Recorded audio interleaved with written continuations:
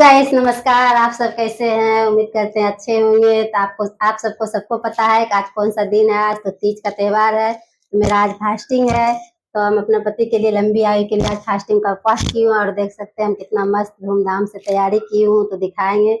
हम लोग पूरा धूमधाम से तैयारी कर रहे हैं। तीज पर्व महापर्व होता है, इसको समझना सोचना बहुत दिक्कत है। अगर समझ जाएंगे तो आप लोग भी अच्छे से करेंगे और इसको करना चाहिए हर किसी वाइफ को। और ये तीज पर्व शंकर जी का पूजन है, इसमें करना चाहिए। साल में एक बार आता है। आज तीज है, कल गणपति है। गणपति से पहले एक दिन तीज त्योहार किया जाता है दोस्तों। इसके लिए क्या हम लोगों ने पूरा सामग्री जुटाया हो, हम लोग पूरा कथा करेंगे यहाँ पर भी। और आपको हम बताएंगे दोस्तों कि यहाँ पर मैंने क्या क्या रखा हूँ। और ये निराजल उपवास रहना पड़ता है दोस्तों। सुबह से मतलब कुछ खाना पीना, पानी कुछ नहीं। फिर मैं सुबह विसर्जन करके सुबह में ही पानी उनी जो भी है पिया जाएगा। अभी से कुछ नहीं। एक बहुत ऐसा कठिन त्योहार है, त्योहार बहुत कठिन त्योहार है। रात से कल से जो खाना खाए वही खाया खाया, भी एक बूंद पानी तक नहीं अंदर लिया इन्होंने, और लेना भी नहीं। जब तक इसका संपन्न नहीं कर देंगे, पूरा नहीं हो जाएगा, तब तक कुछ नहीं करना है मुझे। अभी देखिए हम लोग कथा करेंगे। कथा करने से पहले मैं बता दूं आपको, तो हम लोग 3-4 दिन से तैयारी, मतलब बोले कि एक हफ्ते से तैयारी किया हूँ। इसमें क्या नया वस्त्र चाहिए, सब चीज नया चाहिए, जो पहनने थे हर चीज चाहिए। सुहाग का जितना भी सामान होता है, चूड़ी बिंदी, सब चीज नया चाहिए। सब चीज बिल्कुल चढ़ावा भी चाहिए। सब चीज छूने के लिए भी सामान, सब चीज सामग्री अच्छे तरीके से लाना पड़ता है। जो भी लगता है सब चीज उसको अनुसार से चढ़ा दी हूँ। जो सामान तो अपने पास तो लाए हैं, फल फूल खरीद को तो लाए हैं। बस देखिए यहाँ केला का स्तंभ लगाए हैं दोस्तों। 4 है मेरे पास। देखिए 1 है, 2 है, 3 है, 4 है। ये सब स्तंभ लगाया गया है। एक कलश बैठा हूँ दोस्तों। और दूसरा देखिए यहाँ जो डाला सजाया जाता है, ये डाला सजा दिया है हम लोगों ने। और दूसरा बात यहाँ देखिए शंकर जी का है, ये फोटो है शंकर जी को। देख रहे हैं नजदीक दिखाओ। हाँ, हटाइए ना। देखिए शंकर जी, पार्वती जी, गणेश जी, तीनों है यहाँ पे। और और मिट्टी उसके का बाद भी में देखिए बनाई हूँ। मिट्टी का बनाया जाता है। माराना तो अपने यही है, जो अपने मिट्टी से बनाते हैं, इसको क्या बोलते बनाया ना। हैं? हाँ देखिए हाथों से बनाया जाता है सब। क्या है, फिर बाद में हम लोग सुबह इसको 5 बजे विसर्जन करेंगे दोस्तों। तो दोस्तों देख सकते हैं आप। हमको एक बात बताने जा रहा हूँ। आप लोग सोचते होंगे दोस्तों कि इतना क्या इन्होंने घर पे मंडप बनाया, सब चीज किया। अपने एक ही आदमी रहने के कारण दोस्तों, मेरा भाभी था वो गाँव चली गई है। 2 तारीख को इसी महीने में गया है, 2/9/2024 को। चल के हम लोग अकेले पड़ गए। हम लोग 2 देवराम जेठान है, आएंगे 2 जन करते हैं। 2 जन है गांव में, 2 बहू है और एक दीदी है मेरी। तो 2 जन गांव में करती है। मैं और मेरी दीदी तो बाहर रहते हैं, तो हम दोनों देवराम जेठान साथ में करते हैं। इस साल हम लोग क्या है, थोड़ा मैं अकेली पड़ गई हूँ, इसीलिए मेरी दीदी गांव चली गए। तो हम दोनों ही अपना पूजा कर लेंगे। तो वो तो छोड़ नहीं सकते, क्योंकि शुरू से जिस तरह से की आई हूँ, करते आ रही हूँ, उस तरह से करेंगे। और मेरा चैनल न्यू है, इसलिए हम लोग वीडियो नहीं डालते थे। मेरा ये चैनल वीडियो फर्स्ट बार ही चैनल पे जाएगा, इसलिए दोस्तों हमको सपोर्ट कीजिएगा थोड़ा, कि कैसा लगा, हम किस तरह से अपना मतलब किए। जितना हमको जानकारी था उस तरह से हम कथा पूजा कर रही हूँ। दोस्तों देख सकते हैं हरि तरीका तीज व्रत का एक बुक पुस्तक है। अभी पुस्तक में पूरा कहानी लिखा गया है। आरती है इसमें 5 आरती, और 5 आरती के साथ में पूरा हम अभी इसको कहानी सुनाएंगे। यही अभी हम कहानी चालू करने के जा रहे हैं दोस्तों। हर हर शंकर जी। तो देखिए दोस्तों, हमने कहानी कहने के लिए जा रहा हूँ दोस्तों। देख सकते हैं इसका 2 शब्द मैं बता दूं इसमें क्या है। हरितालिका तीज का व्रत स्त्रियों द्वारा सौभाग्य वृद्धि के लिए किया जाता है। यदि यह व्रत कुमारी का न्याय करे तो उन्हें योग्य घर और वर की प्राप्ति होती है। यह व्रत भाद्रपद मास के शुक्ल पक्ष की तृतीया तिथि को किया जाता है। इस व्रत के प्रभाव से पापों का क्षय, वैधव्य या वांझ दोष दूर होकर सौभाग्य व पुत्र पुत्रिकाओं की वृद्धि होती है, तथा सांसारिक सुखों का भोग कर व्रती को शिव संदिग्ध संदिग्ध की प्राप्ति होती है।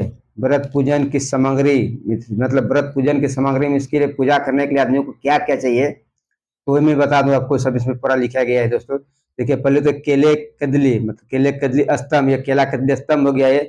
दूध सुहाग सामग्री, दही अक्षत गंगा जल घृत बिछिया चूड़ी पुष्प पुष्पहार शक्कर कंघा मृतिका शीशा दर्पण शहद कलश धागा केसर दीपक तांबुल ऋतुफल मिश्री धूप कपूर सुपारी महावर वस्त्र सिंदूर पकवान मिठाई सुरमा एगो पवित्र आदि। और अगर आपको चाहिए तो और कुछ दोस्तों दान कर सकते हैं, आप दे सकते हैं, चढ़ा सकते हैं। तब यहाँ से मेरा पूजन विधि खुशी होता है, जितना स्टार्ट चढ़ाइए हो गया उसमें दोस्तों। उतना ही अच्छा रहता है। एक समय की बात है कि भगवान शिव व माता पार्वती मनोरम कैलाश पर्वत पर वट वृक्ष के नीचे विराजमान थे कि तभी माता पार्वती के ने भगवान शिव से कहा कि हे महादेव, आप मुझे कोई ऐसा सरल व्रत बतलाएं जिसमें श्रम अर्थात पूजन, धर्म, कर्म अधिक न करने पड़े तथा फल भी अधिक मिले। हे नाथ, यदि अनुकंपा हो तो ऐसा व्रत विधान अवश्य ही बतलाएं। साथ ही यह भी बतलाएं कि मैंने पिछले जन्म में ऐसे कौन से जप तप व्रत दान किए हैं जिनके फल स्वरूप आदि मध्य अंत रहित आप जैसे देव की मुझे पति रूप में प्राप्ति हुई। माता पार्वती की जिज्ञासा के निवारण हेतु भगवान शिव बोले कि हे देवी, सुनो, ऐसा एक व्रत है जो अति गोपनीय है, लेकिन तुम्हारे प्रेम के वशीभूत होकर यह व्रत मैं तुम्हें बतलाता हूं, क्योंकि तुम मेरी अर्धांगिनी हो। व्रतों में यह व्रत उतना ही महत्व रखता है जितना नक्षत्रों में चंद्रमा, ग्रहों में सूर्य, अप्सरादि प्रमुदित होकर नाच गान करते रहते हैं। उस पर्वत पर अनेक शिखर है जिनमें रत्न, स्फटिक, वैदुर्मणि आदि है। यह पर्वत आकाश को छूता हुआ है तथा उसके सभी शिखर हिमांच्छादित कर रहते हैं और गंगा की कल कल ध्वनि सदैव गूंजती रहती है। ऐसे रमणी पर्वत पर तुमने उमा के रूप में वर्षों तक तप किया था। 12 वर्ष तक तुमने ऊर्ध्वमुखी होकर धुएं का सेवन करके 64 वर्ष तक 12 वर्ष तक तुमने ऊर्ध्वमुखी होकर धुएं का सेवन करके 64 वर्ष तक तुमने सूखे पत्ते खाकर व्रत किया।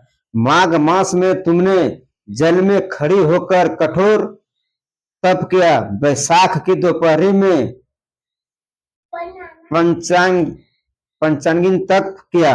इसी तरह श्रावण मास में बरसते जल में भीगती हुई तथा भूखी प्यासी रहकर व्रत किया। तुम्हारे ऐसे तप को देखकर तुम्हारे पिता हिमवान बड़े दुखी हुए और तुम्हारे विवाह की बात विचार कर चिंतित हो गए।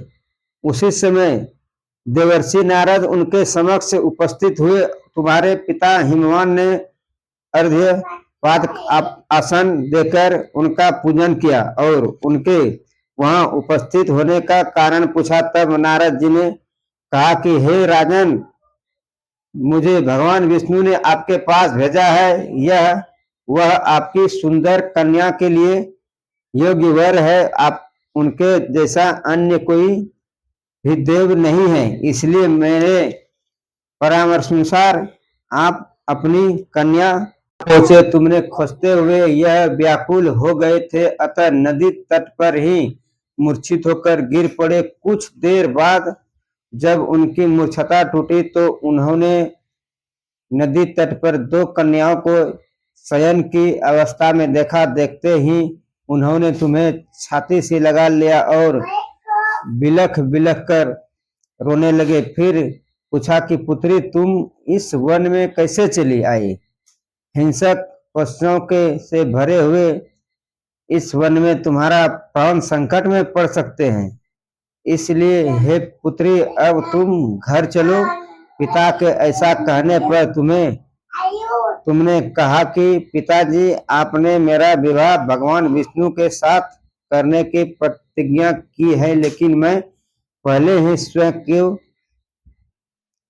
की भगवान शिव के प्रति समर्पित कर चुकी हूँ। देवी, इस व्रत का नाम हरितालिका पढ़ने का कारण भी यही है कि तुम्हारी सखी तुमको हर कर गुफा में ले गई थी और तुमने तीज का व्रत किया था, इसलिए इसे हरितालिका तीज व्रत कहा जाता है। माता पार्वती ने कहा कि प्रभु, इस व्रत का नाम तो आपने बता दिया, लेकिन अब इसकी विधि भी बतला दें तथा यह भी बतलाएं कि इसका क्या पुण्य फल है तब, तथा यह व्रत किसे करना चाहिए। स्त्री इस तृतीया विधि का व्रत न करके इस दिन अन्न खाती है, वह 7 जन्म तक बांझ रहती है और उसे बार बार विधवा होना पड़ता है। वह सदैव दरिद्र पुत्र शोक से शोकग्रस्त झगड़ालू सदैव दुख भोगने वाली होती है तथा अंत में घोर नरक में गिरती है। इसी तरह मांसाहार करने वाली स्त्री बाघिन, दही खाने वाली स्त्री बिल्ली, मिठाई खाने वाली स्त्री चींटी और सब कुछ खाने वाली स्त्री मक्खी बनती है। इस विधि को अन्न खाने से स्त्री को सुकरी, फल खाने से मतलब ये जो है मतलब फल फूल खाने जो होता है वो बताया जा रहा है इसमें। तिथि को अन्न खाने से स्त्री को सुकरी, फल खाने से बंदरिया, पानी पीने से जोक, दूध पीने से सांपनी, इस विधि को सोने से अजगरी व पति को धोखा देने वाली मुर्गी की योनि प्राप्त होती है। इसीलिए सभी स्त्रियों को हरितालिका तीज का व्रत अवश्य करना चाहिए।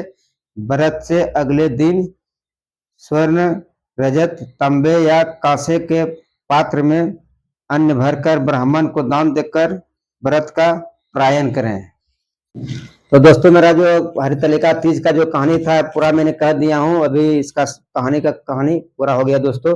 तो नमस्कार। जो भी गलतियां होंगी दोस्तों तो थोड़ा क्षमा कीजिएगा। क्षमा कीजिए। कोई है ही नहीं बनाने वाला, तो हाँ। अपने से बना रहे हैं, उधर उधर जा रहे हैं, ये थोड़ा डिस्टर्ब हो रहा है बनाने में। तो दोस्तों अभी क्या थोड़ा हमने 5 आरती कहेंगे ना, अभी 5 आरतियां कहना है मुझे।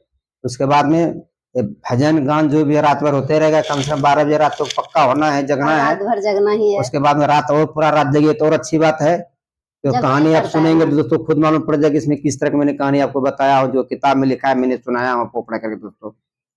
इस तरह हम लोग रात भर भजन गान करना है दोस्तों, पूरा रात जगना ही पड़ता है, जगना पड़ेगा। भी नींद आए फिर भी जगना ही पड़ता है, और इसलिए भी जगना पड़ता है अखंड ज्योत दिया कभी बुझना नहीं चाहिए। एक बार जला दिए तो वापस जाना नहीं चाहिए, उसको जलता ही रहना चाहिए हमेशा।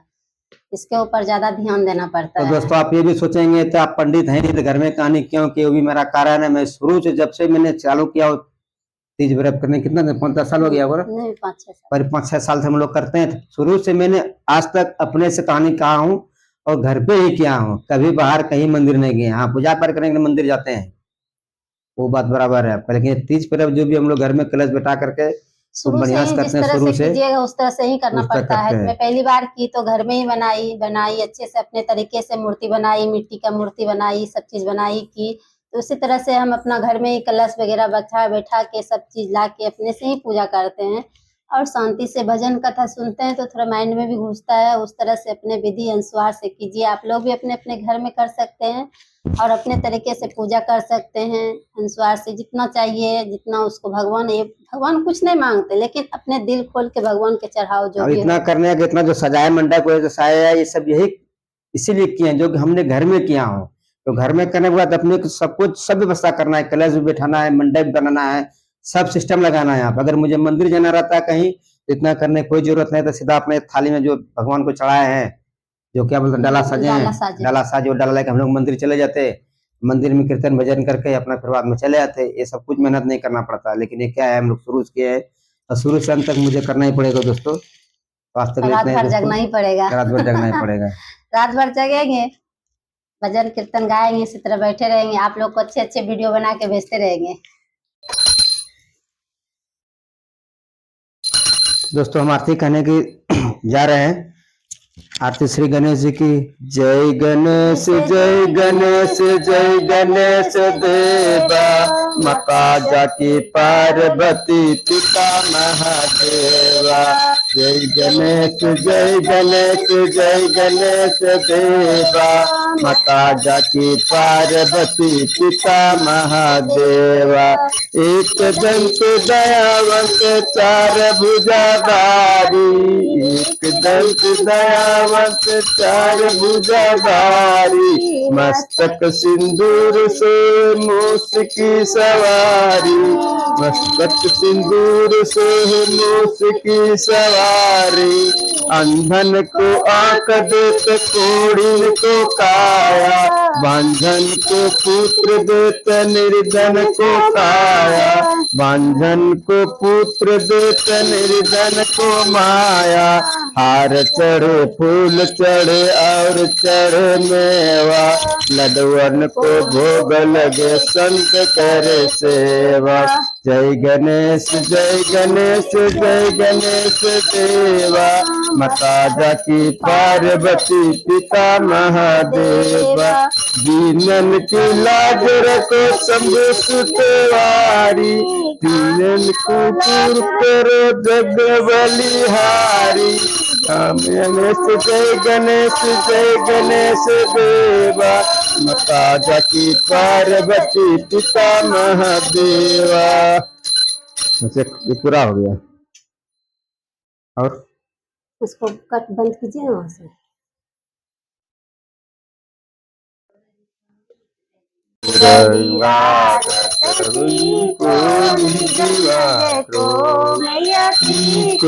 मृद पद को उज्ज्वल से दो नैना। उज्ज्वल से दो नैना। चंद्र बदन करत भैरो यमित करत भैरो।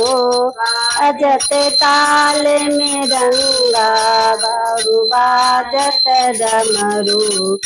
जय अम्बे गौरी तुम ही जग की माता। तुम ही हो भरता मैया तुम ही हो भरता। भक्तन की दुख हरता भक्तन की दुख हरता। सुख सागुपति करता। ओम जय अम्बे गौरी। चार अति शोभित मुद्राधारी। मैया मुद्राधारी। माँ चित फल पावत मनवा चित फल पावत। एवत नर नारी। ओम जय अम्बे। दोस्तों मेरा पूजा जो है पूरा हो गया। आरती भी मैंने कह दिया दोस्तों। तब आज तक लिए इतना है दोस्तों। सभी का भगवान का कामना है। बाय। आप लोग हमारा ब्लॉग में बने रहिए और जुड़े रहिए दोस्तों। आप लोग मिलजुल के मुझे सपोर्ट दिए दोनों। मेरा भी चैनल है विकेश रिजेक्ट 5555।